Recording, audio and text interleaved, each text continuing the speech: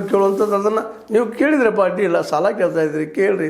ಜೊಲ್ಲೆ ಅವರು ಏನೋ ಅವ್ರ ಮನೆಯಿಂದ ಕೊಡೋದಿಲ್ಲ, ಅವ್ರು ಬೇರೆ ಬ್ಯಾಂಕ್ ನಮಗೆ ಸಾಲ ಕೊಡೋದಿಲ್ಲ, ರೈತರು ದುಡ್ಡು ಕೊಡ್ರಪ್ಪ ಅಂತ ಕೇಳ್ತಾ ಇದ್ದೀರಿ, ಅದು ನ್ಯಾಯಸಮ್ಮತದ. ಅದೇ ವಾಣಿಜ್ಯಕ್ಕಾಗಿ ಇನ್ನೊಂದಕ್ಕಾಗಿ ಕೊಡಬೇಕಾಗಿ ವಿಷಯ ಇದೆಲ್ಲ ಅದು ನಿಮಗೆ ಕೇಳ್ಕೊಂಡು ಕೊಡಬೇಕು. ನಿಮ್ಮ ಪ್ರತಿನಿಧಿಯಾಗಿ PKPS ಸದಸ್ಯರಿದ್ದಾರೆ, ಅವ್ರು ಎಷ್ಟು ಮಟ್ಟಿಗೆ ಕೇಳ್ತಾರೋ ಬಿಡ್ತಾರೋ ಅವ್ರಿಗೆ ಬಿಟ್ಟು ವಿಷಯ. ಬಟ್ ಅದು ಕೇಳಬೇಕು, ಅವರು ರೈತರ ಧ್ವನಿ ಆಗಬೇಕಾಗಿದೆ. ಇದು ನಿಮಗೂ ನಮಗೆ ಗೊತ್ತಿರೋದು. ಆದರೆ ಇದು ಬರೀ ನೀವು ಉತ್ಪಾದನೆ ಬಗ್ಗೆ ಮಾತಾಡ್ತಾ ಇದ್ದೀರಿ, ಗೊಬ್ಬರ ಬಗ್ಗೆ ಮಾತಾಡ್ತಾ ಇದ್ದೀರಿ, ಬೆಳೆ ಬಗ್ಗೆ ಮಾತಾಡ್ತಿದ್ದೀರಿ, ಸಾಲ ಮಾಡಿ ಬೆಳಿತೀರಿ. ಆದರೆ ಮಾರ್ಕೆಟ್ ಬಂದಾಗ ಮಾರ್ಕೆಟಿಗೆ ನೋಡಿರಿ, ಸ್ವತಃ ನೀವು ಕಬ್ಬಿನ ಸಲುವಾಗಿ ಏನೋ ಸಮಾಧಾನ ಮಾಡ್ಕೊಂಡು ಗುರುಲಾಪುರದಾಗ ಅಂದರೆ 3,300 ರೂಪಾಯಿ ಕೊಡೋದು ಅದೊಂದು ದೊಡ್ಡ ಸಾಧನೆ ಆಗಿ ಹೋಗಿಬಿಡ್ತೀನಿ.